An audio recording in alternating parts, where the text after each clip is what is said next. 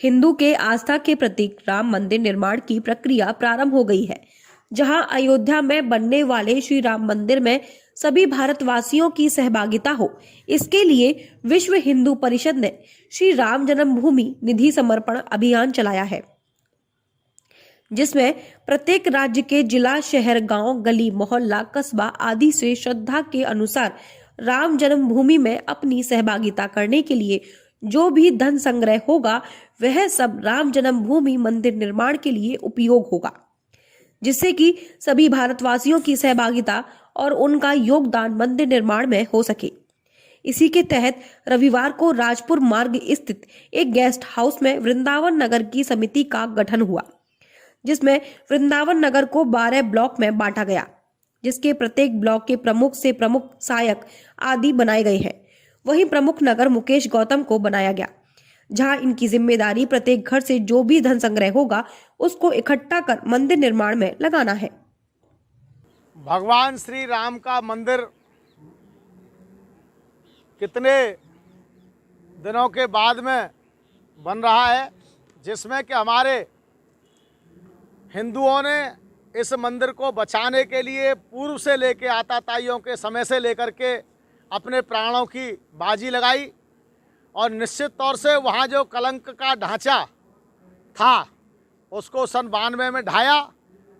और इस समय पूरे देश के अंतर्गत एक खुशी का वातावरण है कि भगवान राम का मंदिर लंबे समय के बाद में अब बनने जा रहा है।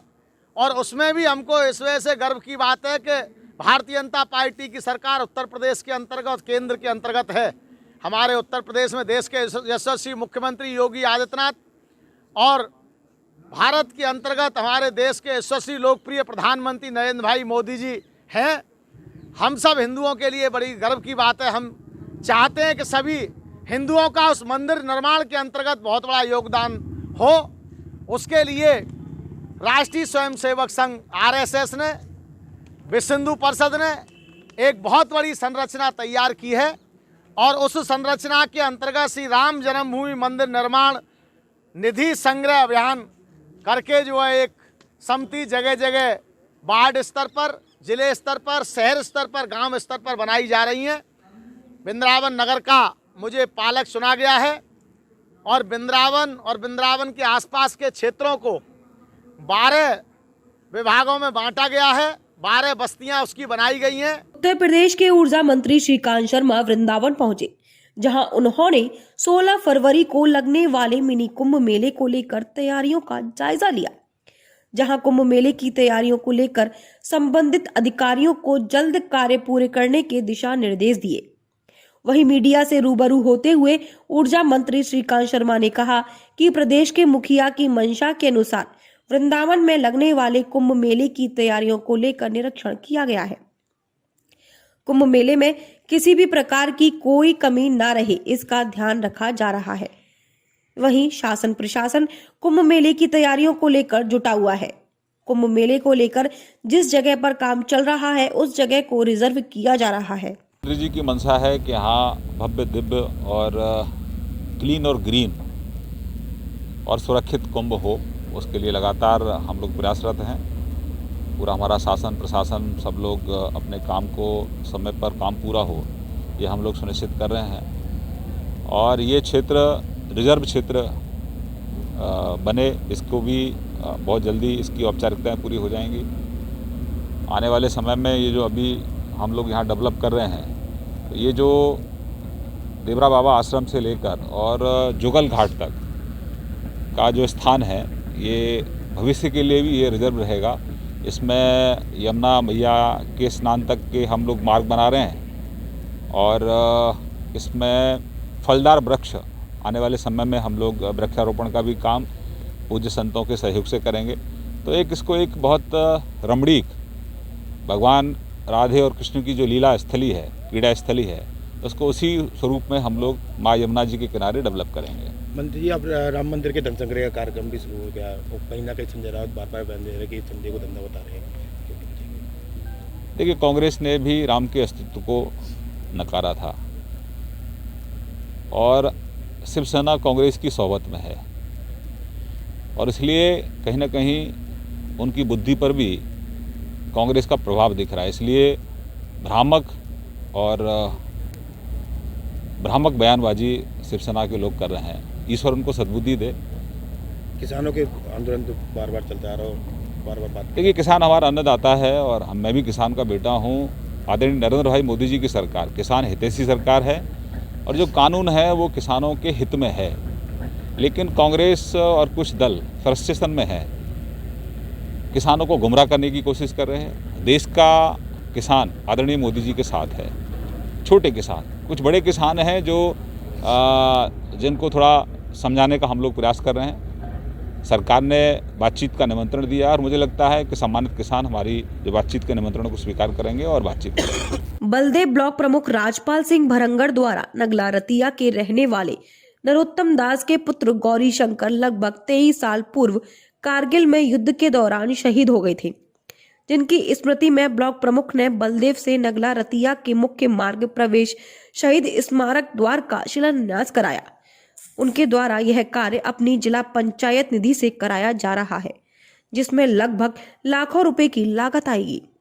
हाँ, राज्यपाल जी ने अभी तक काम में खबर नहीं ली हमारी बेटा की। अब राज्यपाल जी प्रयोग बनो जी बना पाए। कितने साल बाद बना है ये? कितने साल पहले सही? 23 साल है, 23-24 साल की है गई। जब से किसी ने सुध नहीं ली, काम ने सुध ली।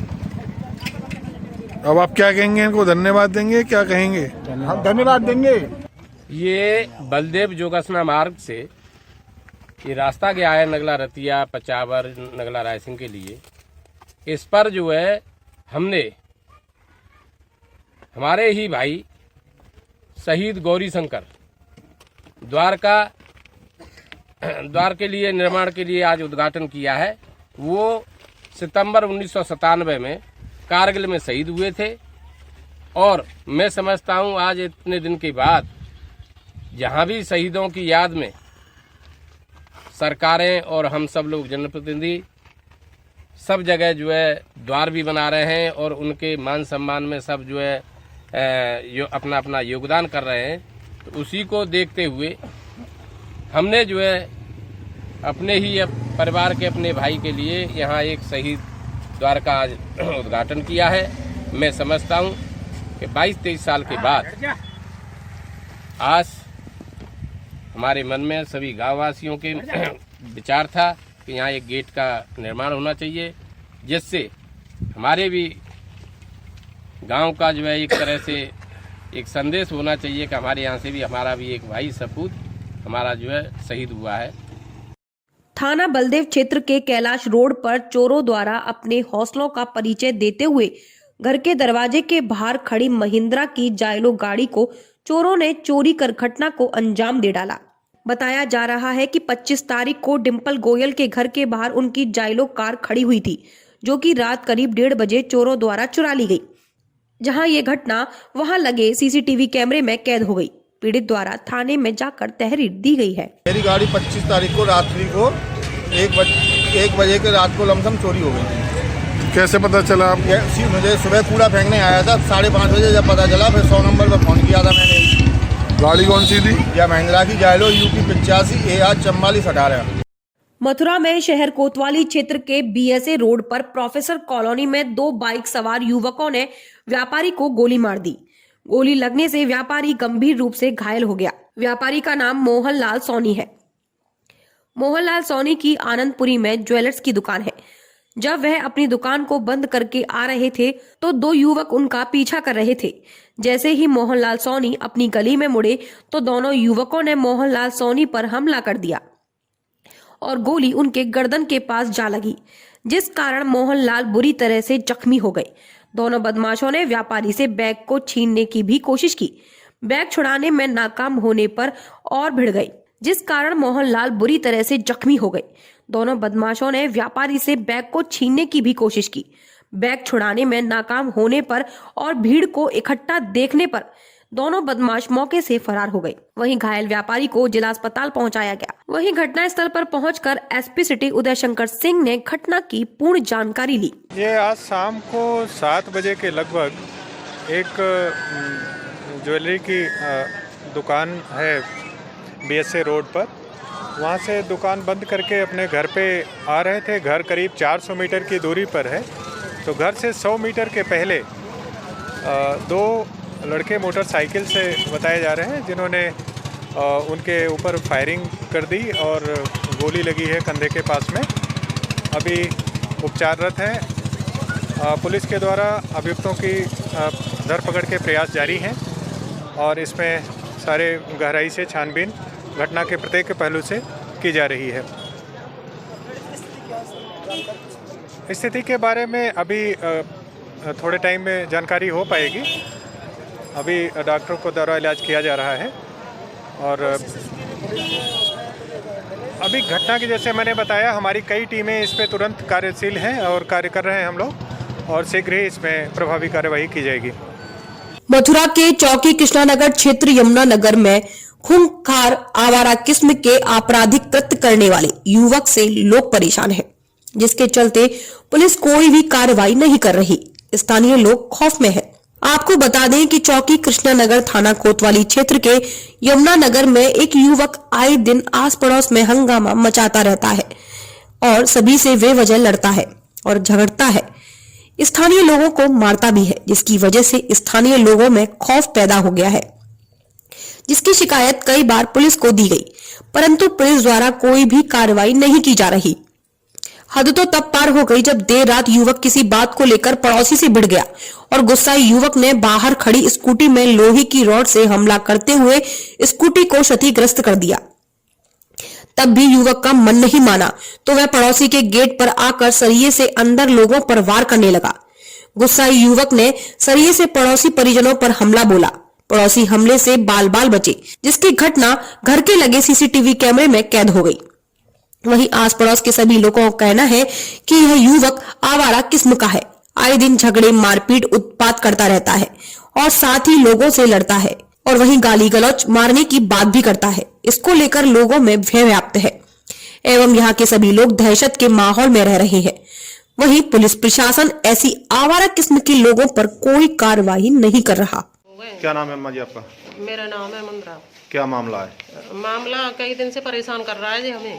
कौन गाली है? देता है बहुत बुरी। ये विनोद का लड़का है, अन्नू। क्या कहता है? बहुत गंदी गंदी गाली देता है और छत पे खड़ा हो जाता है, गंदी हरकत करता है देख देख के नहीं है। और बहुत गंदी गंदी गाली देता है और मारने की धमकी देता है। और तीनों माँ बेटा है ये। नाम है आपका? इतनी गंदी क्या नाम गाली है आपका? नाम मेरा क्या? नाम सुमन। ये और आप मैं पड़ोसी- बेटा अकेला वो पुलिस में रहे, हम अकेले और रहे सास बहू घर पे। हमें पता है हम कैसे जी रहे हैं। हर समय भेद उसको बच्चन में हमारी बहू कोचिंग जावे में डर पे। तो क्यों करता है ऐसा, पता है आपको? क्यों करता? मेंटल है, पागल है। मेंटल पागल नहीं, भोसगिरी दिखा रहा जन कौन को हाथ है। और पुलिस आवे वैसे ही चली जाए खाली हाथ, कोई कार्रवाई नहीं करे पुलिस। नाम है आपका? मेरा नाम कप्तान सिंह है। क्या मामला हो गया था?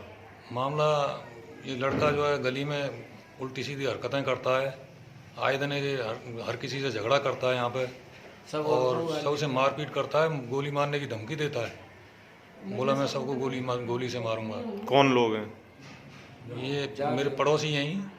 झांसी में नजरबंदी का दंश झेल रहे कांग्रेस के पूर्व केंद्रीय मंत्री प्रदीप जैन आदित्य ने अपने आवास पर विगत दिवस आमरण अनशन शुरू किया था। आमरण अनशन पर बैठे पूर्व केंद्रीय मंत्री प्रदीप जैन आदित्य ने आज आमरण अनशन के दूसरे दिन कहा कि प्रशासन तो सीएम योगी और पीएम मोदी की कठपुतली है। प्रशासन की मंशा है कि इस मुल्क में कोई भी आजादी की सांस ना ले पाए। हर जगह उन्होंने बंदिशें कर रखी हैं। लोगों को बांटने का काम किया है, लोगों को तोड़ने का काम किया जा रहा है और जनता को लूटने का काम कर रहे हैं। पहले हम लोग अंग्रेजों से लड़ रहे थे और आज आडवाणी और अंबानी से लड़ना पड़ रहा है। हमें लड़ना पड़ रहा है ऐसी सोच से जो आपस में हिंदू मुस्लिम को लड़ाता है। ऐसी सोच से लड़ना पड़ रहा है जो किसान के सामने जवान को खड़ा करता है। हमें ऐसी सोच से लड़ना पड़ रहा है जब आज 20 लाख से अधिक किसान दिल्ली में सड़कों पर बैठे हैं और प्रधानमंत्री उन्हें मन की बात सुना रहे हैं। जहां 40 से अधिक किसान शहीद हो गए हैं, जहां एक ओर किसान शहीद तो हो रहा है तो वहीं दूसरी ओर गौ माता की देखरेख और पैसे के अभाव में दम तोड़ रही है। इनके पास कोई अनुमति नहीं है। कोविड-19 महामारी फैली हुई है। धारा 144 लागू है जनपद में। इनके द्वारा विधि विरुद्ध असेंबली की जा रही है, जो गैर कानूनी है। इनके खिलाफ कानूनी कार्रवाई की जाएगी। कितने लोग ऐसे हैं जो दिखा रहे थे? ये 20-25 लोग हैं, कहाँ से आए पता नहीं है। इनको अरेस्ट करके पुलिस लाइन भेजा जा रहा है। और रोड शो कर रहे हैं, किस पर्पस को लेकर निकले हैं? देखिए, हमने शनिवार को माननीय जिलाधिकारी महोदय को अपनी क्षेत्रीय समस्याओं से अवगत करा दिया था ज्ञापन के माध्यम से। उसमें सिंचाई विभाग की भी समस्या है, उसमें कृषि विभाग की भी समस्या है। जब वहाँ से कोई नहीं आया, कोई एक्शन नहीं लिया, जिला प्रशासन ने कोई संज्ञान में नहीं लिया, तो जो सिंचाई विभाग से संबंधित हमारी समस्याएं हैं, हम उनको ज्ञापन देने जा रहे हैं कि भाई अगर वहाँ आके, जहाँ हमारा आंदोलन चल रहा है, वहाँ आके अगर निपटा लो हमारी समस्याएं तो ठीक है, वरना मैं टेंट के अब सिंचाई विभाग जाऊँगा, कृषि विभाग जाऊँगा और सब जगह जाऊँगा। मुख्य समस्या हमारी सिंचाई कृषि से है, लेकिन मुख्य समस्या तो 3 कृषि बिल हैं, उनके लिए बैठे हुए हैं। लेकिन 3 कृषि बिल तो हैं ही, उनके साथ में जो जहरीले हमारे साथ जो अधिकारियों के द्वारा अन्याय होता है, जो लूटपाट होती है, हम उसमें न्याय मांगने के लिए जो जिला प्रशासन के हाथ में है, वो तो राज्य सरकार और केंद्र सरकार के हाथ में है, लेकिन जिला प्रशासन के जो हाथ में कम से कम वो तो दे दे। हम प्रशासन तो कठपुतली है योगी जी का और मोदी जी का। प्रशासन की मंशा है कि इस मुल्क के अंदर कोई आदमी आज़ादी की सांस नहीं ले पाए। हर जगह उन्होंने बंदिशें कर रखी हैं, लोगों को बांटने का काम किया है, लोगों को तोड़ने का काम किया और जनता को लूटने का काम किया। पहले हम लोग अंग्रेज़ों से लड़े थे और आज हमें अडानी और अंबानी से लड़ना पड़ रहा। हमें लड़ना पड़ रहा है एक ऐसी सोच से जो आपस में हिंदू और मुसलमान को लड़ाता है, एक ऐसी सोच से लड़ना पड़ रहा है जो किसान के आगे जवान को खड़ा करता है। हमें ऐसी सोच से आज लड़ना पड़ रहा है जब देश के 20 लाख से ज़्यादा किसान दिल्ली में सड़कों पे बैठे हैं और प्रधानमंत्री जी मन की बात उन्हें सुना रहे हैं। 40 से ज़्यादा किसान शहीद हो गए और जगह जगह एक तरफ जहाँ किसान शहीद हो रहे हैं, वहीं जिस गौ माता के नाम पर इन्होंने राजनीति की, वो पैसे के अभाव में, चारे के अभाव में और दवाइयों के अभाव में दम तोड़ रही। मथुरा के जाने माने भूटानी ग्रुप इंटीरियर डिजाइन द्वारा आयोजित सेमिनार में शहर की कई जगहों पर गरीब, असहाय एवं सभी वर्ग के लोगों के लिए कंपनी द्वारा विभिन्न योजनाओं में अपना घर एक छत दिलाने की मुहिम छेड़ दी है। कंपनी के हेड सुमित श्रीवास्तव ने लोगों को जानकारी देते हुए बताया कि मात्र कुछ पैसों में लोग अपना घर बना सकते हैं और आने वाले बच्चों का भविष्य सुधार सकते हैं। जिंदगी भर कमाने और किराए में दिए जाने वाले पैसे से अच्छा है अपना घर हो। इसकी जानकारी देते हुए आज एक स्थानीय होटल में सेमिनार का आयोजन किया गया, जिसमें 150 से 200 लोगों ने उपस्थिति दर्ज कराई और कार्यक्रम को समझा।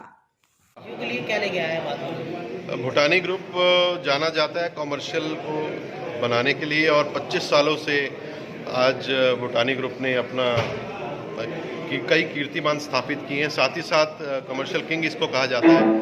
आज भूटानी ग्रुप मथुरा वासियों के लिए एक खास पेशकश लेके आया है, जहां पर उनका एक नया प्रोजेक्ट एंथम, जो कि 23 एकड़ का एक मिक्स लैंड यूज प्रोजेक्ट है, उसमें एक ऐसा इन्वेस्टमेंट ऑप्शन लोगों के लेकर आया जिसकी कीमत 5 लाख रुपए से भी कम है। ना ही सिर्फ इसकी कीमत 5 लाख रुपए से कम है, बल्कि ये पैसा बहुत छोटी छोटी किस्तों में लोगों को देना है। जैसे कि 1.5 लाख रुपए देकर के उसके बाद 4700 रुपये की किस्त भरते रहना है और साथ ही साथ उसके बाद जब पोजेशन मिल जाएगा, उस पोजेशन के बाद रेंटल इनकम शुरू हो जाएगी। तो एक ऐसी चीज़, एक ऐसा प्रोडक्ट जिसको कोई भी पेंशन पाने वाला व्यक्ति भी ले सकता है और एक ऐसी चीज़ जिसको हर व्यक्ति अफोर्ड कर सकता है। कोवर्किंग स्पेस में एक अपनी खुद की 1 सीट लेकर या अपना लॉकेबल कैबिन लेकर के